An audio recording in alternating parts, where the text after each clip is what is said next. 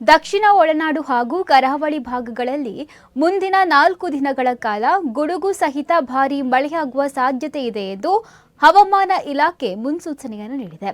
ದಕ್ಷಿಣ ಕನ್ನಡ ಜಿಲ್ಲೆಗೆ yellow alert ಘೋಷಿಸಲಾಗಿದ್ದು, ಬಿರುಗಾಳಿ ಸಹಿತ ಮಳೆಯಾಗುವ ಸಾಧ್ಯತೆ ಇರುವ ಹಿನ್ನೆಲೆಯಲ್ಲಿ ಸಾರ್ವಜನಿಕರು ಅಗತ್ಯ ಮುನ್ನೆಚ್ಚರಿಕೆ ವಹಿಸುವಂತೆ ರಾಜ್ಯ ವಿಪತ್ತು ನಿರ್ವಹಣಾ ಪ್ರಾಧಿಕಾರ ಸೂಚನೆಯನ್ನು ನೀಡಿದೆ.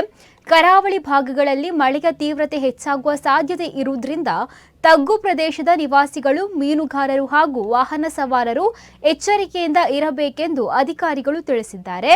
ಇನ್ನೊಂದೆಡೆ ದಕ್ಷಿಣ ಒಳನಾಡಿನ ಶಿವಮೊಗ್ಗ, ಚಿಕ್ಕಮಗಳೂರು, ಹಾಸನ, ಕೊಡಗು, ಮೈಸೂರು ಹಾಗೂ ದಾವಣಗೆರೆ ಜಿಲ್ಲೆಗಳಲ್ಲೂ ಗುಡುಗು ಸಹಿತ ಮಳೆಯಾಗುವ ನಿರೀಕ್ಷೆ ಇದೆ.